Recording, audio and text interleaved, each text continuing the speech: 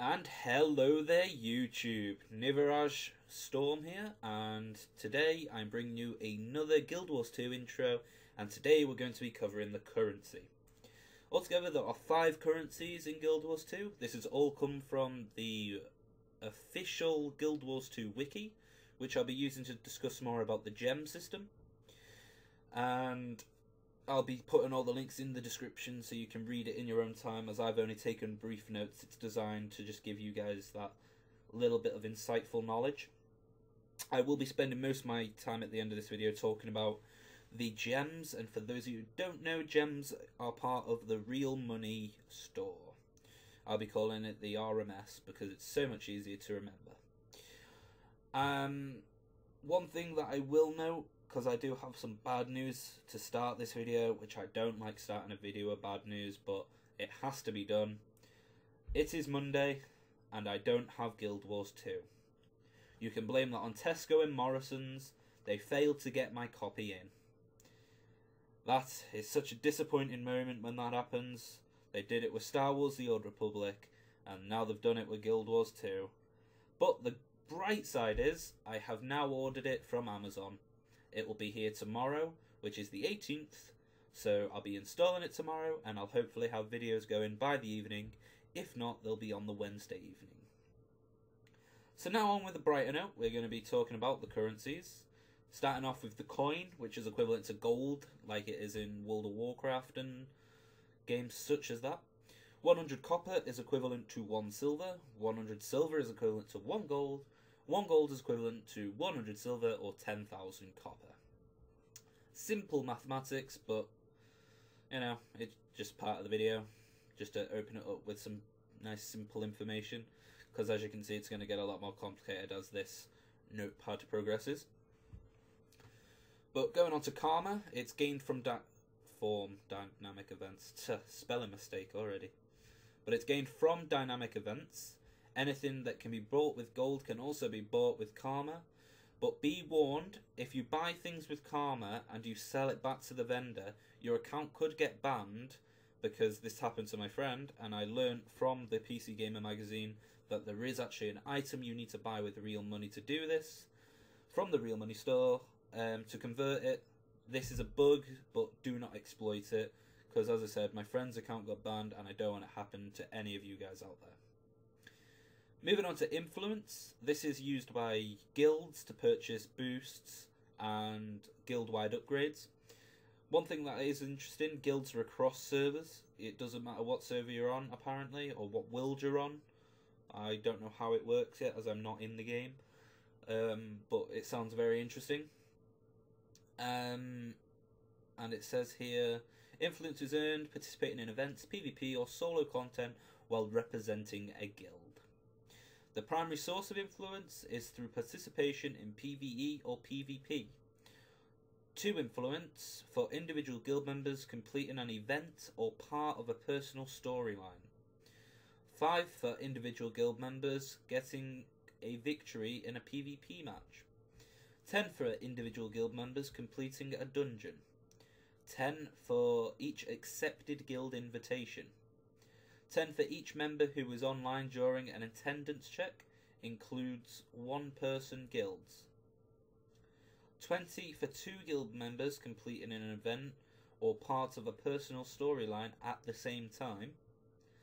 Non-participation sources, 10 can be purchased from a guild promoter for 2 in various increments. 400 can be obtained by using a letter of commendation, and 1,000 is also the same. This letter of commendation will give you 400 to 1,000, so there is no guarantee how much you will get, only it's between 400 and 1,000. Glory is the PvP currency. Chalice of Glory. Guild Wars 2 Digital Deluxe or Collector's Edition owners get this. Structured PvP 5 glory for a kill. 3 glory for a landed hit with a trebuchet.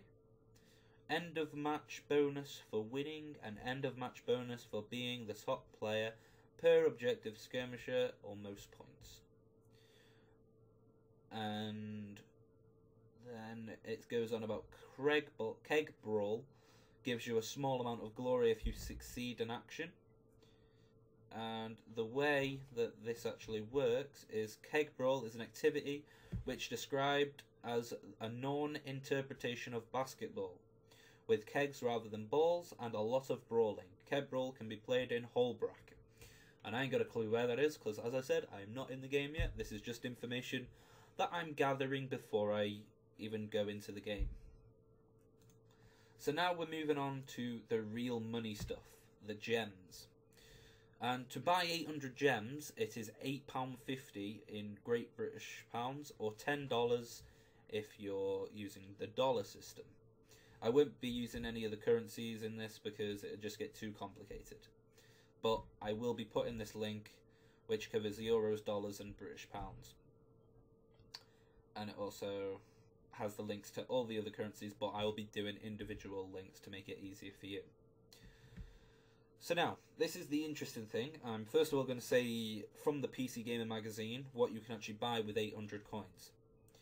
You can buy an instant repair canister, which works just to repair all of your gear simultaneously, so you don't need to worry about having to return to a vendor to repair. There's a karma booster, which is increasing it from events by 50% for 1 hour. And a die pack, which contains a random set of dies. I believe it's 7 armor colorings. Sorry about that. You can buy transmutation stones, which allows you to swap the looks of one item for the properties of another. And 5 is enough for a whole set of armor, and that is 200 gems. And then there's the Avon Gash Blade Boxo Fun, which is 250.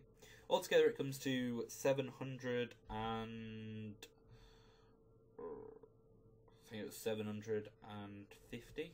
I'll just double check that now on my awesome calculator. Gotta love the calculator. So that was the instant repair canister for 70, plus the karma booster for 75, plus the die pack for 200, plus the 200 for the transmutation stones, and plus 250 for the box of fun. Oh, 795. So that's a profit of 5 gems for your next purchase. But now this is the thing that's going to get people thinking. But it's meant to be free after you buy the game. Oh no, I'm not spending money on this game. Right, now time for the shocking truth. This is the bit that I'm even dreading. I'm going to do this in British pounds because it's so much easier for me to work out because I'm British. Well, I'm Welsh, but I'm still on that currency, you know. Gotta be pro. The average month on your MMO is £9.99. I'm now going to times that by 12, which is for the year, and you're spending £120 on your game per year. And then, say for instance, you're playing Star Wars The Old Republic like I've just been, that's plus 30 quid for the box. So far, I've spent almost 150 quid on Star Wars The Old Republic. Because I've bought 2 sets of 6 months, so now I've paid up for the whole year, basically. So now, let's say that's 120 again, because we'll forget about the box for this. So it's £120 for your month. For 800 gems, it's £8.50. And now I'll times that by 12 if you were to buy it every month. You're saving £18 by playing Star Wars. By playing Guild Wars 2 even, sorry. So that's you saving money, really. So even if you don't class it as a free-to-play game, you're still saving money. Think what you can do with that £18. You could go on Steam and buy several games to have more enjoyment with. And so that's just something to think about. But I'm approaching the time limit on my video here, so I will look forward to going to part 4 of this intro, which I'll be doing at some point this evening, and it'll probably be the last one, as it'll be game footage after this. So I look forward to seeing you in part 4, and I look forward to seeing you in my secret video that I'll be revealing soon. and that will also be uploaded tonight. So have a very good evening. Happy Monday, everyone. I hope you've all recovered from your very busy day, and good night. Niveraj Storm signing off.